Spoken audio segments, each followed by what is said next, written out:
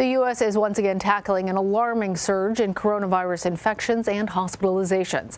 Health officials say the Delta variant is driving the vast majority of U.S. cases, but the new Omicron strain is already showing troubling signs, and hospitals are struggling all around. Nikki Battiste has the latest. The CDC now says Omicron arrived in the U.S. as early as November 15th, more than 2 weeks before what was believed to be the first confirmed case in California. CDC has been actively addressing and evaluating the Omicron variant and working with state and local jurisdictions to understand its spread. Across the country, it's the Delta variant that is dominating. New cases have increased more than 37% just since last week, up in 44 states. While Delta surges, health officials are identifying more cases of Omicron. Now at least 75 cases across 25 states. In 43 cases analyzed by the CDC, nearly 80% were fully vaccinated. In the Northeast, new daily cases are up in 12 states, and hospitalizations are on the rise too. New York's governor issued a statewide mask mandate for all indoor spaces today, unless the business has a vaccination requirement. We're entering a time of uncertainty, and we could either plateau here or our cases could escalate beyond control. In Connecticut, hospitalizations have soared nearly 82% over the past 2 weeks. Inside Norwalk Hospital, Dr. Benjamin Greenblatt says COVID patients have doubled since Thanksgiving. What keeps you up at night? A new variant that's much more virulent and combined with perhaps, staffing shortages that we're seeing throughout healthcare, that keeps me up at night. Dr. Greenblatt told me today none of the vaccinated COVID patients he's seen here had a booster. He also says the patients he's seeing now are younger than they were a year ago. Lana? Nikki, thank you. For more, let's bring in Dr. Andre Campbell. He's a critical care physician and a professor at the University of California at San Francisco. Hi there, Dr. Campbell. So in the Northeast here, vaccination rates are among the highest in the nation, but cases have soared dramatically in the last week. What's going on? Well, Lana, thank you for having me. This is a new phase of the pandemic that we're entering. And the first thing is that largely the new cases were in people who are not vaccinated at first. But what's happening is now we're getting breakthrough infections of the Delta infection. The big actor here in the United States now, although everybody's thinking about Omicron, is the Delta infection. So what's happening is that the definition of fully vaccinated used to be 2 vaccinations or 2 shots. And now the definition of fully vaccinated should be 3 shots. That means the booster should be considered that to make sure that you bring up that immunity that you had when you first got those shots. So 6 months after you get the 2 shots and 2 months after Johnson & Johnson, make sure you get that booster and then you will be fully vaccinated. And you see in those cases, the numbers are down in people who are fully vaccinated with 3 shots, not 2. Well, let's talk about what's going on in California where you are. Public health officials from a number of counties say that they are seeing early signs of a surge in cases there as well. How concerned are you about these rising infections? And tell us what you're seeing on the front lines. On the front lines, I'll say in my hospital, during the big surge we had a year ago, we had about 71 patients in the hospital. Today we have 5 with 1 in the ICU. San Francisco is 80% vaccinated.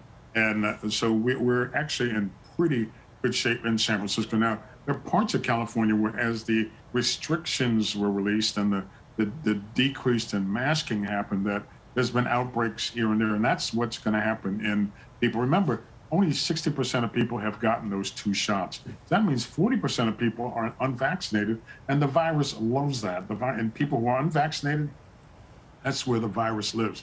So getting the people fully vaccinated mean it may be 85% people need 3 vaccinations. Right now, about 25% of people have all 3 of these shots, and those are the cases that's seeing this growth. That's why right now we have 55,000 people in the hospital in the United States. We have 14,000 in the ICU. There are parts of the country up in Michigan, Montana, in the South that are on fire, but it's on fire with Delta, not Omicron, which is what everybody's paying attention to now. Let me ask you about something else that's going on. Masks are going to be required in all indoor public places statewide in New York starting Monday. Do you think more states need to take similar steps? Well, I think that that's a prudent and a safe thing to do.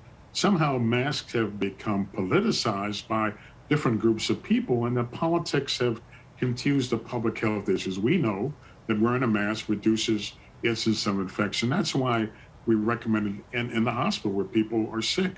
So what happens is that I think it's a good idea. We knew that there was going to be a surge. We thought it was going to be a surge of flu and the Delta in the winter now because everybody went inside and closer spaces means the virus can spread. But it just makes sense to expand the mask mandates. When people are inside, people are close to each other and the virus can spread. We thought it was going to be Delta and it was going to be the flu, but maybe Delta, flu, and Omicron now as the different phase of the pandemic comes.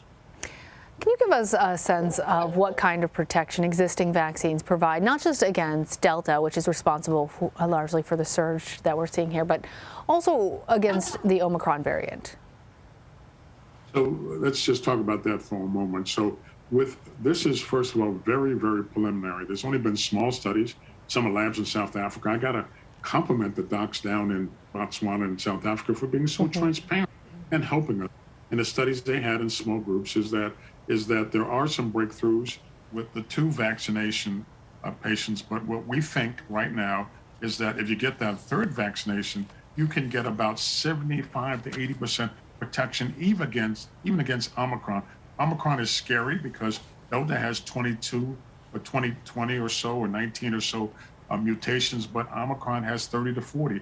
That's why the vaccines, they may see breakthrough cases. But with the 3rd vaccine, the latest data from the last couple days show that there's 75 to 80% protection even against Omicron if you have 3 vaccinations. So the message from me today is that 3 is the new 2.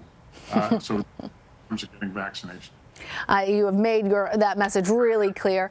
You know how you mentioned that masks have become politicized? So have the vaccines, though. So I want to ask you, given that, and given that we are seeing breakthrough infections, particularly as new variants emerge, how essential has it become to develop new treatment options for COVID-19? Well, there are new treatment options once you get infected. There's a pill that Merck has had approval for, emergency authorization.